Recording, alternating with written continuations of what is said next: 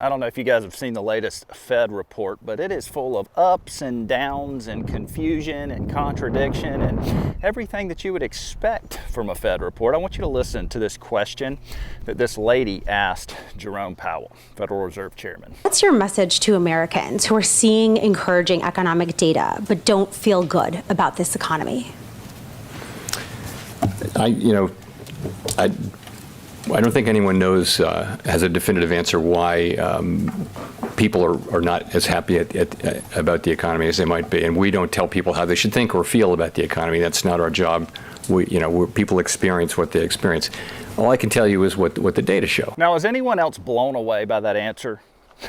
I am.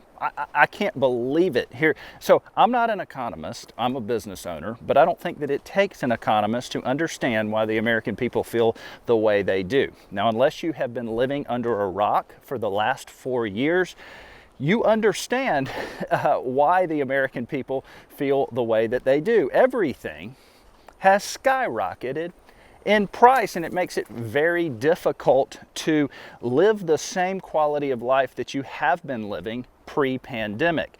I was a C student, all right, and I can understand that vehicles pre-pandemic, a brand new truck was $35,000, and now it is $75,000 for the same vehicle that used to be $35,000. I can understand that groceries, gas, housing, electric, insurance, and the list goes on, have all doubled, tripled, and quadrupled in price since the pandemic. I wouldn't think it would take being the chairman of the Federal Reserve to understand that.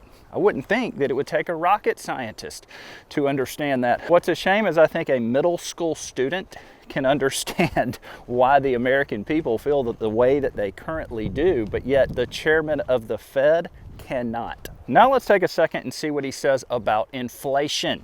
All right, because this one's funny. And we're going to get to housing market here in a minute. I'm going to tell you how this all affects the housing market, and if you're a potential buyer or seller, how this is going to affect you. My colleagues and I remain squarely focused on achieving our dual mandate goals of maximum employment and stable prices for the benefit of the American people. Our economy has made considerable progress toward both goals over the past 2 years. The labor market has come into better balance, with continued strong job gains and a low unemployment rate. Inflation has eased substantially from a peak of 7% to 2.7%, but is still too high. We are strongly committed to returning inflation to our 2% goal in support of a strong economy that benefits everyone. So here's the problem with that, okay? They're trying to sugarcoat this. Oh, inflation's coming down, inflation's good. The problem with it, inflation is measured on an annual rate.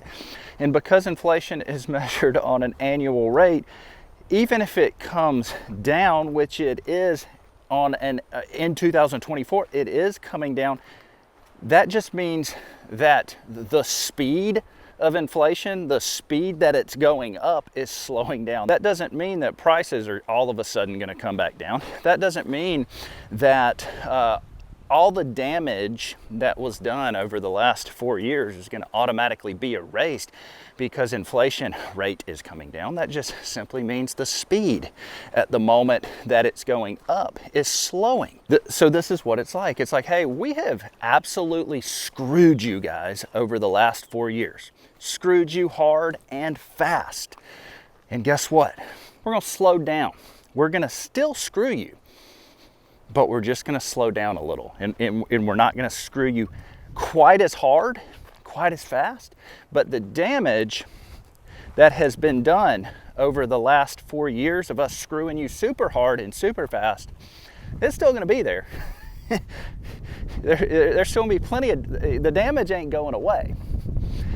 Do you see what I'm saying? So when they say, oh, inflation's coming down, no, that just means that the rate of speed that inflation is going up is slowing. Now, here's what I think was the most important thing that he said, and how is this going to affect the housing market if you are a buyer or a seller. All right, y'all listen to this. If you could explain a little bit more the nuances or the differences there.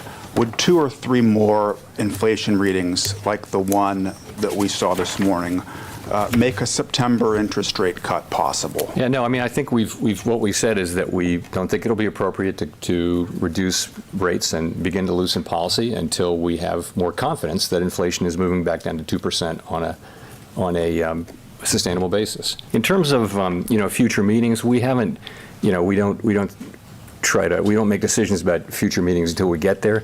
I think in terms of what we need to see, I mentioned it earlier, we want to gain further confidence. Certainly more good inflation readings will help with that. I'm not going to be specific about how many because, really it's going to be not just the inflation readings, it's going to be the totality of the data. So here's what's mind-blowing about that.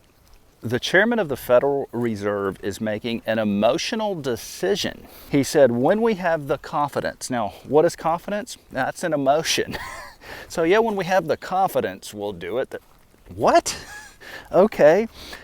So what happens then? All right, let's talk about this. What happens if interest rates stay high, which they are going to for the foreseeable future, because that's what the Fed just said. Okay, so if interest rates stay high, well, what does that mean? That means that I don't think the housing market is going to change much. I think it's going to stay like it currently is, which, we have seen a small correction.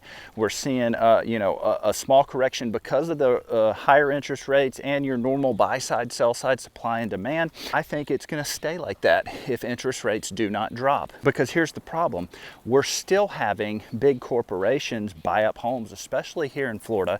People that have to move are moving. People that don't have to move, they're kind of waiting on the sidelines right now. So buyers that maybe want to buy but don't necessarily, but they're like, there's too much uncertainty, which I totally understand. There is a ton of uncertainty out there. And so what are those buyers doing? They're waiting on the sidelines. So me as a real estate agent, and this is really interesting, I'm going to tie this in here at the end. I actually have more buyers right now than I ever have in the history of my business. But those buyers are saying, hold up, I'm not buying anything right now. I'm going to wait. All right. I'm going to hold off. And yellow flies are another thing that is awful in Florida, dude. They're like, hold on. I'm not buying right now. I'm going to wait. And I understand. You know why I understand it? Prices are high, interest rates are high, insurance is high, and taxes are high. However, what happens if they drop interest rates? What happens if they all of a sudden feel confident one day? They wake up, man, I'm feeling good. I'm Federal Reserve, and we got some confidence today. I don't know why we do, but hey, you know what? We feel confident. Let's drop interest rates. Well, there's going to be a mad rush to purchase houses. You're going to see, once again, another repeat of 2022.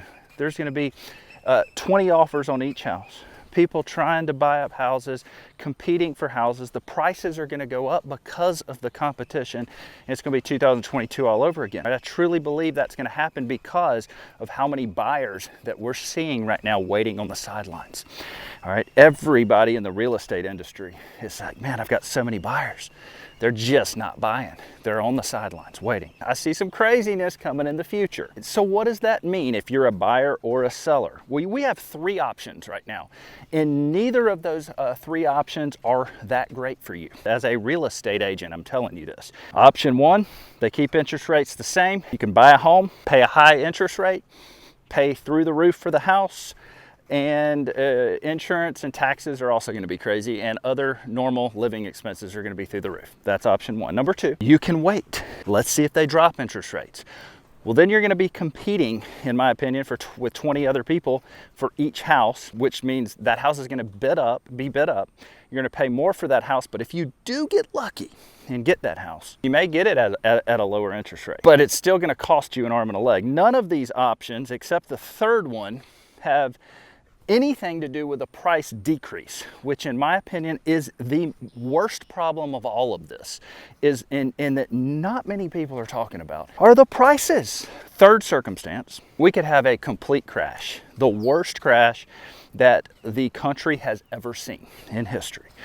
And if that happens, that's not good for anything. Those are, in my opinion, the three options in the future.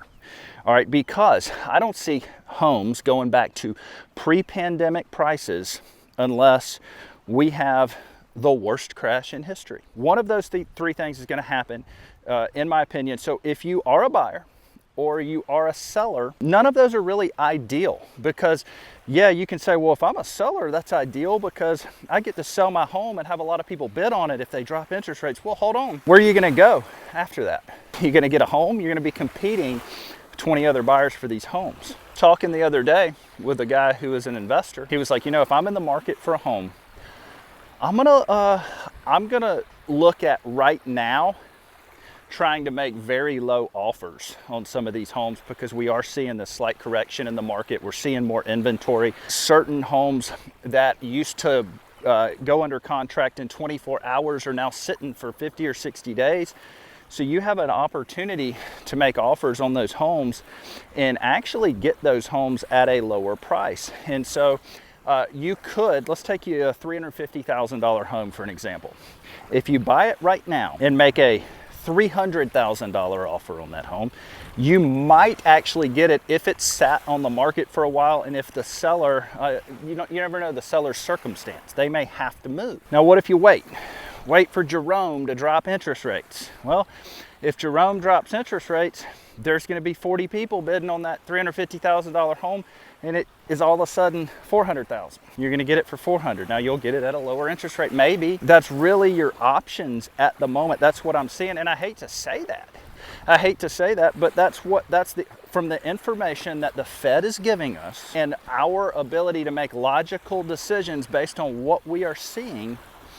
These are the scenarios that could play out in the future. So what do you think? Comment below. I'd love to hear your opinion. Hey, I'm not an economist. I'm a business owner that cares about the country, that cares about the American people. These are definitely some crazy times, but it's really interesting to see what exactly is going to take place in our future. Folks, if you have any questions or have any real estate needs at all, please hit me up. All my information is linked in the description below.